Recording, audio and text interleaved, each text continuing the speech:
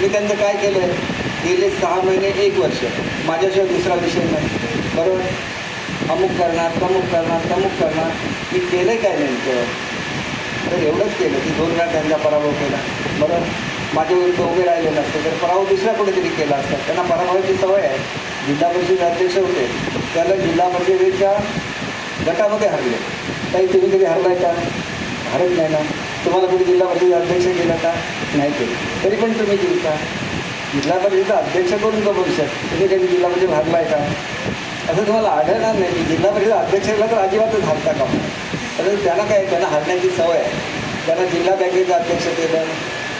राणेसाहेब सगळं करत असतात, तर कोण नाही करत. राणेसाहेबांनी त्यांना जिल्हा बँकेचं अध्यक्ष केलं, परत जिल्हा परिषद उभारले, पडले.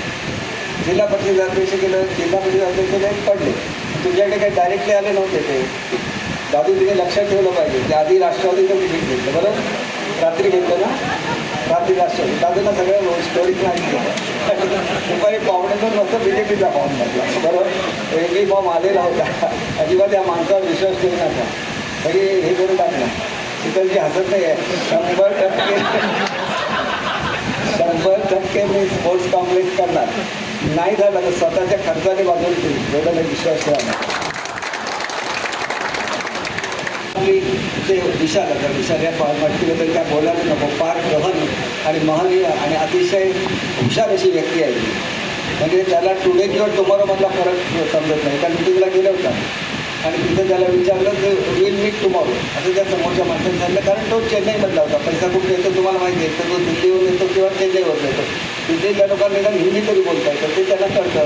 इंग्रजी अजिबात कळत नाही. तर विल मीट टुमॉरो म्हटलं तर गाडीत बसल्यानंतर आपल्या शेजाऱ्याला विचारलं टुमॉरो म्हणजे आज काय उद्या.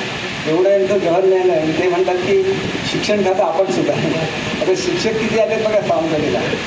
800 की 1000 शिक्षक आले नुसतं मला बुके द्यायला. एवढं काम मी शिक्षण खात्याला केलेलं आहे. बघा तुम्हाला अभिमान वाटला पाहिजे की आमच्या आमदारांनी काहीतरी करून दाखवलं. 66,000 शिक्षकांना मी टप्पा अनुदानावर आणलं. 30,000 शिक्षकांची भरती केली. केंद्र प्रमुखांच्या जागा 20% फक्त भरलेल्या होत्या. 80% माझ्या काळात भरलेल्या आहेत. एवढा शिक्षणामध्ये बदल केला. तुम्हाला तुमच्या गावातलं उदाहरण सांगितलं आणि मी काय सांगू शकता.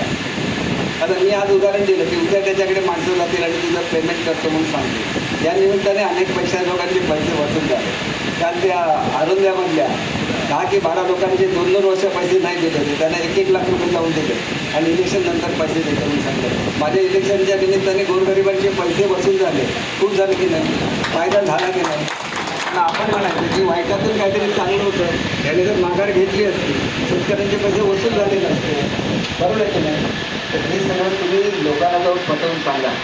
त्या कोण मनुष्य आहे, कशासाठी घेतो, हे पैसे कोणाचे आहे आणि पैसे परत नाही केले तर एवढी गर्दी. काल एक अर्चना घारेने पत्रक काढलं की दीपक केसरकरांना शिक्षण खात्यातलं काय कळत नाही. मी झाले तर मी शिक्षण खातं सुधारून टाकले. लगेच 800 शिक्षक आले कुठून, कोल्हापूरवर. आणि भला जंगी सत्कार केला. खरेच अर्चना घारेंचं वाचलं असेल त्यांनी वाक्य.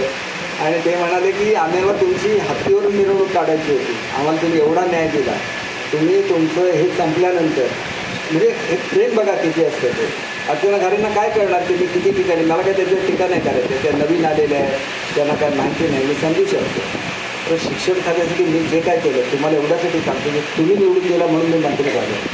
महाराष्ट्राच्या गेल्या 20 वर्ष टाइम्स डिजिटलला लाईक करा, शेअर करा, सबस्क्राईब करा आणि बेल आयकॉन दाबायला विसरू नका.